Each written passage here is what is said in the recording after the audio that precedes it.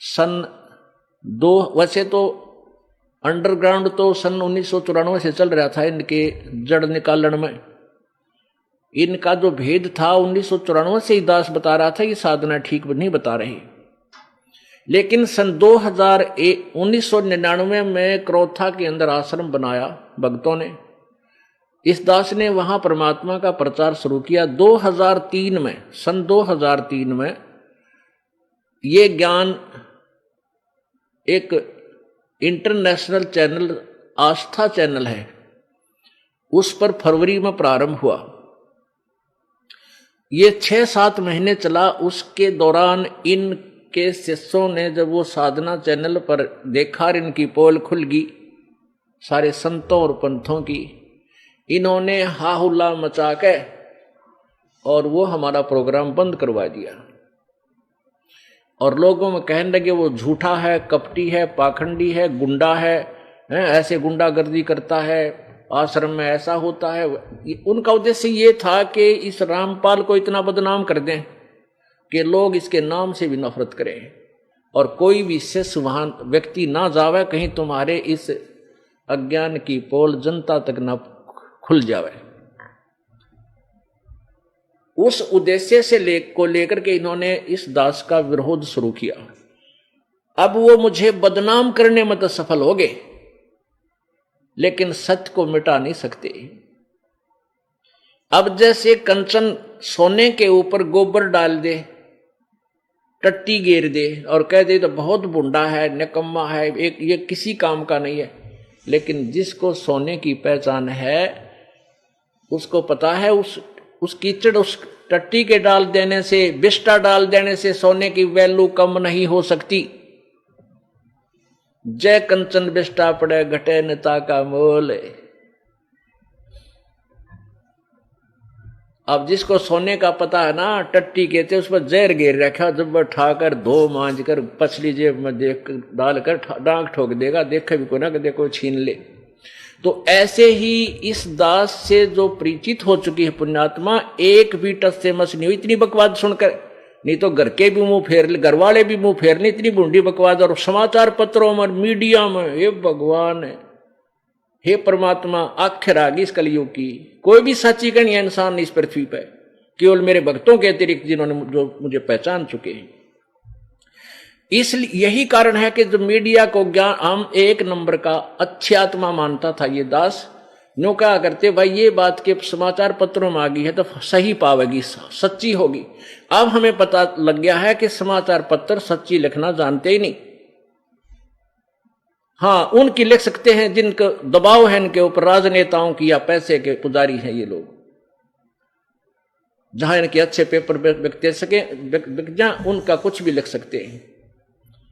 तो पुण्यात्माओं, ये भगवान से बड़े नहीं है, ना राजा है ना कोई अन्य व्यक्ति है जो वैसे काज कितना ही अपना मुंह फुलाए फिरा रहे। समय आने पर देखना इनकी क्या दुर्गति होगी। आने वाला वो समय दूर नहीं है।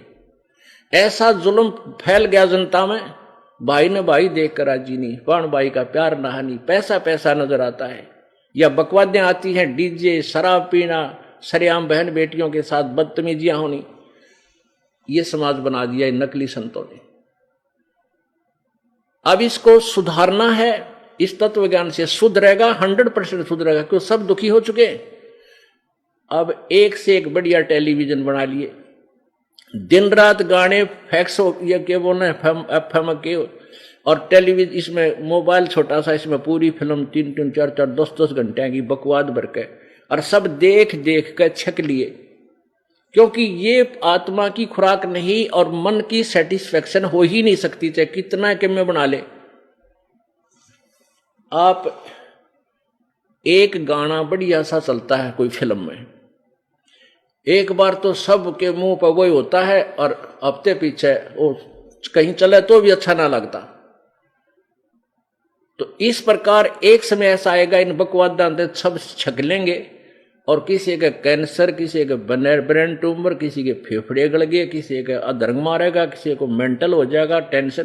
तो ये सारे की ब्रह्मटी होगी। जब ये भौतिकवाद के परेशान किए हुए फिर आध्यात्मिकवाद को ग्रहण करते हैं, फिर ये सीधे पूछड़ होंगे इनके जब आएंगे भगवान भी बजेंगे, ब्राह्मण माटी करवा लेंगे, तो फिर ये समाज सुधरेगा। इस ज्ञान को सुनेंगे।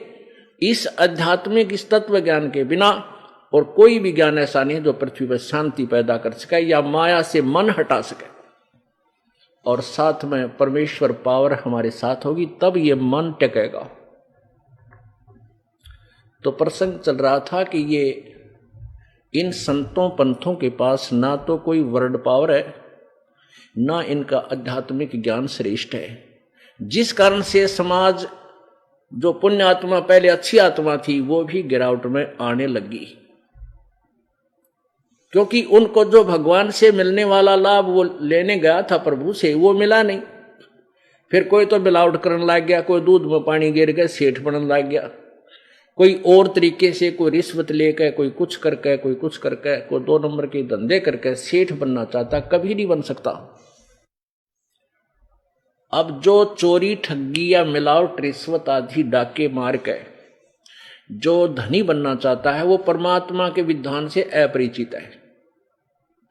मासा घटे न तिल बधे, विधना लिखे जो लेख। परमात्मा के द्वारा लिखा गया प्रारब्ध, उसमें कोई भी परिवर्तन नहीं कर सकता।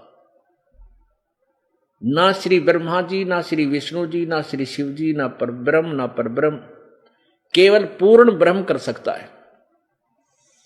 वो परम अक्षर ब्रह्म कर सकता है, जो कंप्लीट गॉड है, जो पूर्ण परमात्मा है। तो जब जो प्रारब्ध आपका लिख दिया, उसमें कोई परिवर्तन नहीं हो सकता। कब तक? जब तक आप परम अक्षर ब्रह्म की भक्ति और परम संत से लेकर नहीं करोगे, गुरु बनाकर नहीं करोगे। और हम दुखी हो जाते हैं तो सुख प्राप्ति के लिए, कष्ट निवारण के लिए संत, परमात्मा की तलाश में संत के पास जाते हैं, और वो संत जो विधि बताता हम करते भी हैं, फिर भी राहत नहीं मिलती। तो संत क्या कह देता है कि बेटा ये तो तेरा प्रारब्ध है, ये तो तुझे भोगना ही पड़ेगा। जब उसके सारे जंतर मंत्र फेल हो जाते हैं, फिर वो इन शब्दों पर आ जाता है और कहता है, देख भाई, भगवान श्री राम ने बाली को मारा था, सुग्रीव के भाई को। त्रेता युग में विष्णु अवतार थे श्री रामचंद्र जी, और द्वापर युग में उसने फिर श्री कृष्ण रूप में आकर के श्री विष्णु जी ने वो बदला देना पड़ा, अपने प्रारब्ध का क्रम भोगना पड़ा। और एक पारधी ने भगवान श्री कृष्ण के पैर में तीर मारकर उनकी हत्या की, बदला दिया। फिर हम वहां संतुष्ट हो जाते, क्योंकि हमें ज्ञान था ही नहीं। भाई बात तो गुरु जी सही कह रहे हैं, जब श्री कृष्ण और विष्णु जी ने बदला देना पड़ा, कर्म भोगना पड़ा, किया हुआ, तो हमें भी भोगना ही पड़ेगा। अब पुण्य आत्माओं, फिर भगवान की आवश्यकता क्या रहेगी? जब हमें जिसे हमारे कर्म में फूटे फाटे उनमें दुख ठाना है, तो भगवान की क्या आवश्यकता रहेगी? अब हम मकान क्यों बनाते हैं, झोपड़ी क्यों डालते हैं? किस लिए डालते हैं? कि आने वाली प्राकृतिक आपदाएं से बचावे। अब जब तक वो झोपड़ी हमारे पास नहीं है, तो ओले पड़ेंगे, वो भी सिर में लागे, बूंद वर्षा आएगी, वो भी सारे कपड़े बेदेर साफ सब कुछ कंडम कर दे, आंधी आ गई, सो सब उठा पुटा के दूर फेंक के चाहती रहे, सर्दी व सतावे, गर्मी भी सतावे, यानी सब कुछ ऊपर ही गिर रहा है। तो वो बचाव के लिए वो हमने जो साधन बनाया है, वो उनसे बचाता है। तो ऐसे ही परमात्मा की ओट, पूर्ण ब्रह्म की जो ओट है, वो जो हमारी मदद करता है, वो कर्म के जो प्रारब्ध के जो आपदाएं हैं, उनसे ऐसे बचाता है जैसे मकान झोपड़ी बचाती है।